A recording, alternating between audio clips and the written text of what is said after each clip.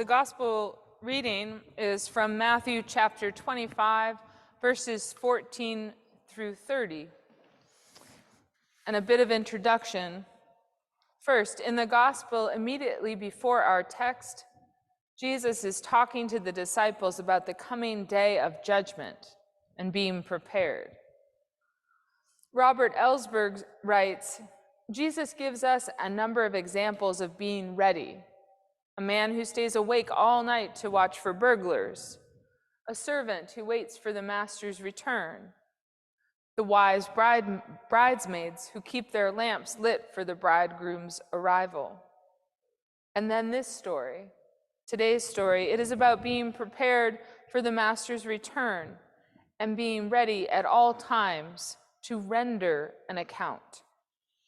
Listen now for what God has to say to us today. Oh, I was going to hand it off to you.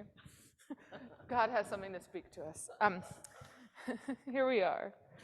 For it is as if a man going on a journey summoned his slaves and entrusted his property to them. To one he gave 5 talents, to another 2, to another 1, to each according to his ability. Then he went away. At once, the one who had received the 5 talents went off and traded with them and made 5 more talents. In the same way, the one who had the 2 talents made 2 more talents. But the one who had received the 1 talent went off and dug a hole in the ground and hid his master's money. After a long time, the master of those slaves came and settled accounts with them. Then the one who had received the 5 talents came forward, bringing 5 more talents, saying, Master, you handed over to me 5 talents.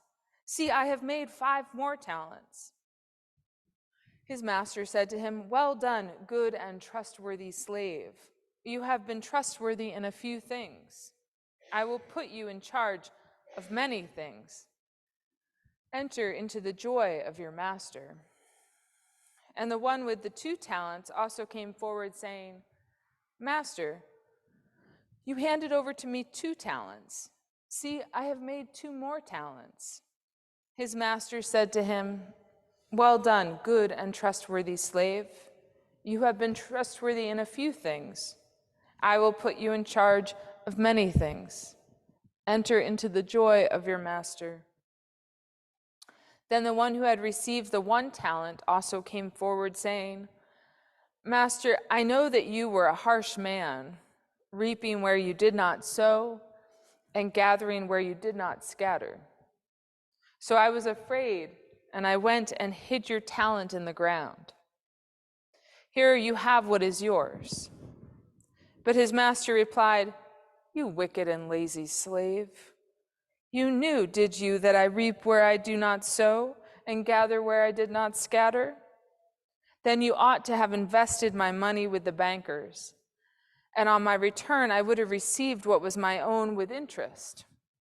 So take the talent from him and give it to the one with the 10 talents. For to all those who have, more will be given, and they will have an abundance. But from those who have nothing, even what they have will be taken away. As for this worthless slave, throw him into the outer darkness, where there will be weeping and gnashing of teeth. God help us in our understanding. Well, that's a setup if I ever heard one from Reverend Lindsay. No, I think we can make this work. Can we? It'll be okay. All right, I got the thumbs up. So before I say any more words, I just want to help us recover from the intensity of that scripture.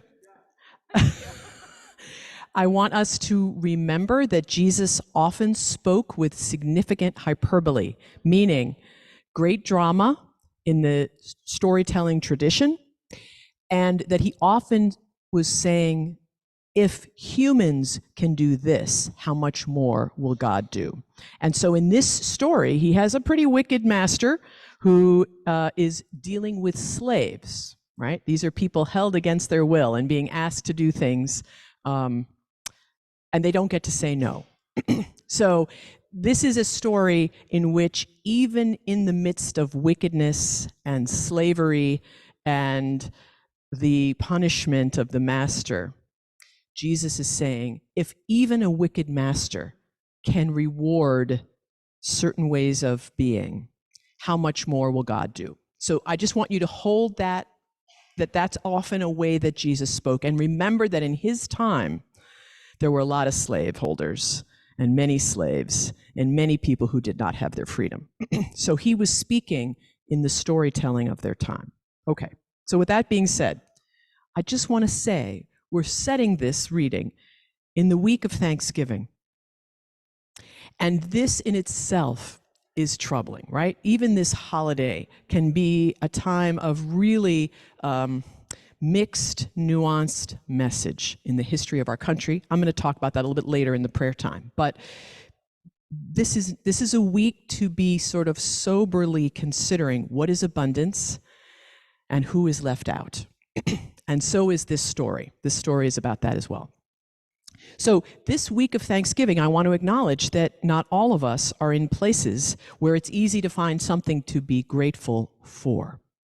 Life may be really harsh right now. We may be suffering.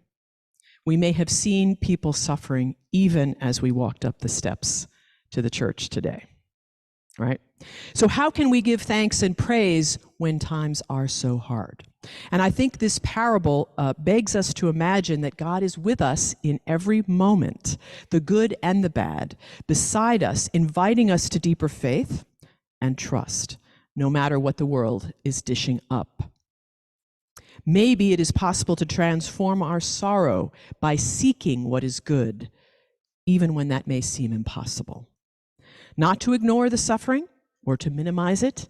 In fact, I would say the opposite. It's our duty to make the invisible visible. But it is also a call to seek things that can give comfort and give us hope, and to share that with the world. No matter how bad things are, God says in this story today, give courageously. Invest your love out in the world anyway. Someone taught me about this in a very unexpected way this week. I participate in a weekly Bible study in the women's prison in Chicopee. I'm once a month. So we have a whole bunch of different teams that are interfaith, some Christian, some Jewish, and different denominations of Christianity. And this past Monday night, I was with my Jewish colleague who's a cantor at Temple Bethel and other Jewish community places in our Springfield area. And she and I were talking about this very thing. What is it like to praise when life is so hard? We're speaking with women who are in prison. One of the women started to pray, and she said to God, I don't know why I must be here so long. My stay here is delayed and delayed and delayed. But I wonder, oh God, if there's a person here who needs me to lift them up and to give them courage and to help them make it through. And if so, I ask your help to do that. Oh my God, she preached to us, right? So this is about where can you find something to bless, something to hope, even if life seems a dead end and a place of despair. She was still finding a way to expand her heart. So back to this exact parable, right? So the master is giving talents, is the language they use, to his servants to invest and care for while he is gone. You should know that a talent in biblical times was about 15 to 20 years worth of a laborer's wage. So we're talking big bucks. So even one talent was a lot of money. This master gives differently to each servant, you may have noticed, right? To one, he gives 4, to another, he gives 2, and to another, he gives 1. And perhaps he is wise. There's a possible other way to read this master. He may be wicked, he may also be wise. And he may be considering the different abilities of each of his servants. This is what a good parent might do, or a good teacher in school, or a coach on a team. You know your people, and you don't give them more than they can handle. So you give what's appropriate. So he may have been doing this. Perhaps God does this too. So the first servant who gets the most talents to care for, he seems not to hesitate, but to be confident and full of vision and imagination, goes right out and invests, takes the risk of losing them all, and instead doubles their size. The master is delighted. Maybe the master is surprised, and so is generous beyond what anyone would have expected, because that slave is going to keep those talents. The second servant gets a smaller amount, perhaps more the size the master thought would be just right for her. But she also has trust and faith, hope and courage, and she puts this forth generously with risk into the world and doubles the size also. In her, the master is truly delighted. He responds generously and proudly to her also, and she is invited into the joy of the master. Now, the third slave, completely different. He's given the smallest amount. Now, I wonder why that is. What does the master know about him that he would be hesitant, this slave, that he would be worried, that he would be scared maybe and not confident in himself? This is certainly how he seems. Mark Douglas in Feasting on the Word says, "What of the third slave? He doesn't squander his talent or use it for his own benefit, and he does return it. His actions, though, are apparently driven by fear. The emotion that drives the third slave creates the conditions that lead to his downfall. Fearing his master, that which he fears happens." Perhaps what Matthew, the gospel writer, is trying to tell us is that the God we face is the God we imagine. If we make God too small, then we may experience a God who's too small because there's no space in our hearts for a more generous God. Think about that. So the third one says, "I knew you were a harsh man. Remember, the master says to him, 'So you thought I was someone who reaped where I didn't sow and gathered where I did not scatter.'" It's possible the master, in fact, is more generous and is offended that the servant thought these things about him. "Well, if that were true," he says, "you could have at least put the money in the bank where it would have grown a little interest." Then the master is harsh with him, just like the servant expected. As Mark Douglas says, perhaps the God we face is the one we imagine. Now, I've known many people to believe God is wild and unpredictable, punishing, and ready with a lightning bolt to strike us down. Maybe we find what we seek. But in fairness to the third servant, I want to give him his due, because what would have made him this way? He is shrunken out of fear, clearly. How did he get there? A traumatic life in which he learned that when you make mistakes, you are punished? Was he denied access or experiences of success that enabled him to take risk and have hope?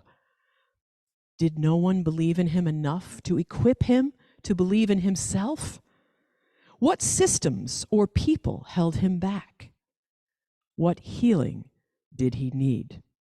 What if he were a person of a scorned type or culture, the wrong skin color, the wrong amount of money, no education, the wrong language or religion, a victim of abuse or addiction or mental illness?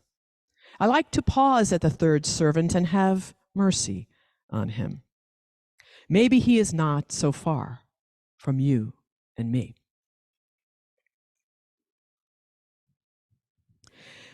Maybe I have a job to do to help him come to believe something different about himself in this lifetime. What other reasons might one person bury their gifts out of fear or be stopped before their gift can be given? Lindsay Armstrong suggests perhaps some of us feel our talent is too small to truly make a difference. I know I can relate to that. Others may feel resentment or jealousy at how much other people have. He might have been really mad that the other slaves got bigger amounts of money, and he was only given 1 talent. We just don't know. But remember, in this story, Jesus is actually talking not about real people. He is not telling facts or history. He is talking to the disciples about what's going to happen when he is gone, and the challenges they will face, and the choices they have in how to react to the world to bring his gospel message to all people. So he is definitely telling them something about how to live with whatever time they have left here on earth. John Buchanan writes, "The greatest risk of all, it turns out, is to play it safe, to live cautiously and prudently." So how important is this personally, John speculates, in terms of how we live our lives? Jesus' warning is that the outcome of playing it safe, not caring, maybe just worrying about ourselves and our own immediate family, not loving passionately, not investing ourselves because we're scared to take risks, is something akin to death, like being banished to the outer darkness, the words of the Master. Here, Jesus invites us to be his disciples, to live our lives as fully as possible by investing them, by risking them, by expanding the horizons of our responsibilities. To be Jesus's man or woman or person, he says, is not so much about believing ideas about him, we're talking about Jesus now, but about following him. It's about experiencing renewed responsibility for the use and investment of the precious lives we're given, no matter how hard they are. Each of us is called to be bold and brave, to reach high, and to care deeply. This is John Buchanan. Steve Garnaas Holmes has another way of saying how to approach these 3 servants entrusted by their master. Listen to what Steve Garnaas Holmes writes. "What of the others, the ones who faithfully took the talents but didn't make a killing in the stock market? The one who forgave 70 times 7 and it came to nothing? What about the one who marched in protests and wrote to her senator but it was ignored? The one who loved her enemy and they just scorned her? The one who prayed and meditated but never once kept his mind from wandering? The one whose praise was never accepted? The one who sang the song of their soul and it really wasn't all that lovely? The one who told the truth and looked like a fool? The one who shared her faith and nobody, not a soul, cared or believed? What about the one who really loved Jesus but didn't ever see what she had to offer? What of them?" Here we all are, right? "To them, the master turns and says gently, 'Well done, good and faithful servant. I know of one who served perfectly and ended in failure, crucified.'" Our Jesus. And God says to all of us then, "You who have been trustworthy over a few things, I will put you in charge of greater things, for love is always risked and never wasted." So, can this teaching from Jesus be about realizing what God has given us and entrusted to us, and live into it boldly, fighting back fear, opening our hearts even when they feel too wounded to do that? What would it mean to walk into this Thursday, this Thanksgiving Day, with this kind of open heart? What might I affirm in the others around my Thanksgiving table, even if it's just myself? Whose absence from our tables may mean that our systems have held them back, cornered them with cycles of poverty and poor access and a marginalized life? Especially right now in the world, how many people won't be at tables with food to eat? Can I be the one who does not give up on the third servant, who entrusts and encourages, who challenges and believes in the possibility of all of us being more? Can we imagine a God who is bigger than our deepest fears this week? One who defies what the world may have taught us, about punishment and cruelty, who in fact is generous and delights when we risk our hearts and dare to hope and believe. One who believes in us, even if we don't believe in ourselves. A God who says, "Come, good and faithful one, you are enough. Enter now into joy with me." So may it be. Amen.